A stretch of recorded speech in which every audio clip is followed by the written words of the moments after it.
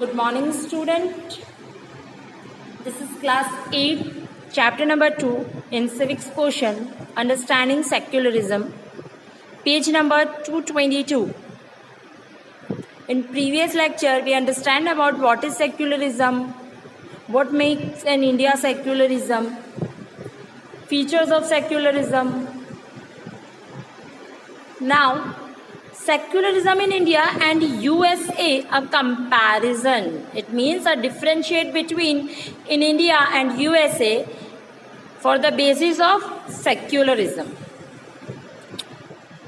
It means what should be decided in the USA or in India for the basis of secularism. That is the difference in the interpretation of the secularism in India as compared to some other countries. India as compared to some other countries means in a practice in a secularism in India, we differentiate to the another country. India form of secularism is different from that some other countries like USA. Indian secularism and the USA secularism are different to each other. What's differentiate behind it?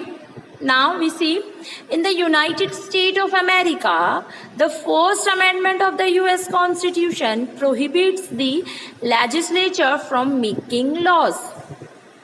It means when they adopt their constitution and the First Amendment means a positive change in a constitution. Okay, now the positive change in a constitution called amendment. Now in the First Amendment in the USA Constitution, they prohibit the legislature from making laws respecting an establishment of religion. It means the constitution or the amendment of the first in a constitution, they control, they limit the legislature. It means the leaders, the representative to stop the changes to stop the interference in a religious concept. It means constitution say that parliament system to don't interfere in any religious matter. It was an amendment or that prohibit the free exercise of religion. And now you don't interfere any person of the free of religious. In a religious matter, we cannot interfere in any practice of religious, in any kind of religious, their practices, their beliefs, their ritual beliefs. We can't interfere at any point. Use of the term establishments means that no religion can be declared as the official religion. And now in a USA, there will be there was no religious declared as official religious because they also follow a secular process. Thus, there cannot be any interference by the state in the affair of religious body or vice versa. It means they cannot be changed, they cannot be added, or they cannot be displacement of the any religious laws, any religious process, any religious practice. Okay. Now in India, what the situation? In India, the state does intervene the religious matter. It means the state government intervene this religious matter. Intervene करते हैं, religious matter में interfere करते हैं. But why? And impose law for overall improvement of society.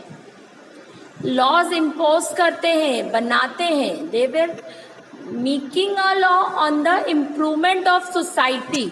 Why? This is necessary as many people still uphold some harmful beliefs which had set in centuries ago due to religious ignorance and superstitions. Because many of people in their mind to set that some situation, some stereotype thinking, some superstitious, some ignorance of religious. Like that, to understand this better, let us take the example of old custom of dowry system, sati system, and untouchability practice by some Hindus.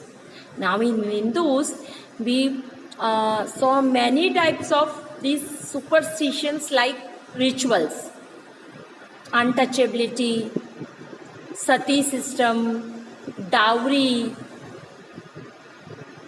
The government has instituted law to ban these age-old customs, which were turning into a social menace. Now, when the government should interference in these religious matter to make a law to ban on them because they harmful for our society improvement. Untouchability is not to be good on a society manner because every human are equal in the eyes of law. Our constitution say that. So, the British during their rule in India had codified law pertaining to practice within religions on the subcontinent. When the British overrule on the Indians, they pertaining the codified laws. Codified means they make a law on particular religions, means Muslims have their own laws, Hindus on their own laws, Sikh they have own laws, not in a one law. They codify their laws on a religious basis. To this effect, they institute separate law for Hindus, Muslims, Christians, Sikhs, Parsis and others as part of their policy, because they want to see in India we have many diversity culture, so they make the religious basis law. In doing so, they laid the foundation for non-uniform civil code, which remain largely unchanged to this day. The foundation of non-uniform civil code, which remain largely unchanged to this day. It means it's in a British administration system. Many of the laws, many of the rules we have to follow to administrate our country. Some countries have banned the wheels worn by women of the Muslim community, but India has been more sensitive to people tradition and belief as long as they do not harm the other citizen.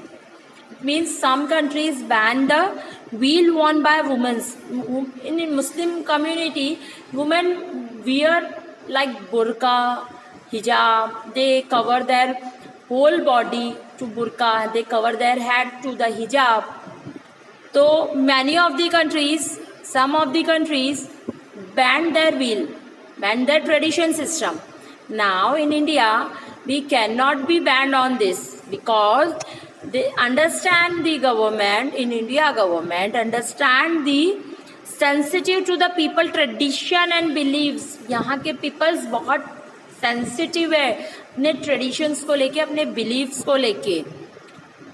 For example, the madrasa system of education in Muslim community is allow and the Sikh are not required to wear helmets while driving two-wheelers while other are required to. So in India we have another example. The madrasa system was not to be banned. They follow to be continue in their Muslim religious based education in a madrasa. And now there another example, a Sikh person not compared to the other person not required to wear helmet because they wear a pagdi. Now on the pagdi they can't wear helmet. So these type of some sensitive traditional basis, we can't pressure to them to wear a helmet. How can they wear? So some traditional basis The government were not pressure to any person or any community group. Thus, the law have been more tolerant to the essence of religious beliefs, and it needs to be understood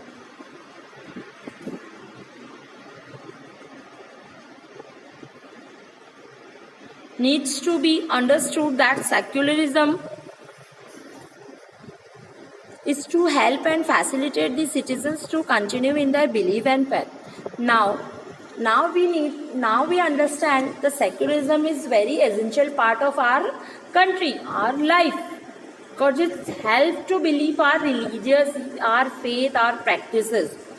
The model of secularism adopted by India is thus more tolerant towards the teaching of the various religions.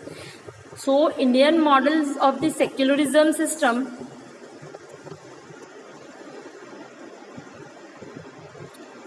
they learn about how can we enjoy more and more religious in a country, because we believe diversity and we follow secularism. We have many types of culture in our country. In one country we have more type of culture, but still we are unity based system. Still we are unity, thus ensuring no one, whether in majority or minority community, feels threatened by the state with regard to his faith and belief. Now, this type of government, this type of secularism, this type of model of secularism system in India, when we follow, we have to follow a security and every person or every community, like the majority or a minority, they didn't accept any unequal system. You have in a majority community, you have in a minority community, whatever you have. But first we have a citizen of India and we have a equal fundamental rights, equality, equal law system. Yes, a part of governance, the state has always tried to prevent malpractices, superstitious and dangerous activities, both by spreading education and awareness as well as enactment of laws. Now, the government of India means state government of every state in India, they continue to process in a society improvement manner, education system, awareness programs, because they want to abolish the malpractices, superstitious system, untouchability, like many stereotype images, prejudice. Government want to find improvement in a society. They want to growth of or development to the state, because every society, every social society make a state and every state make a country. To be social development, now the state development have to be a country development. Understand? I hope you understand. Now that's up today and your chapter was finished.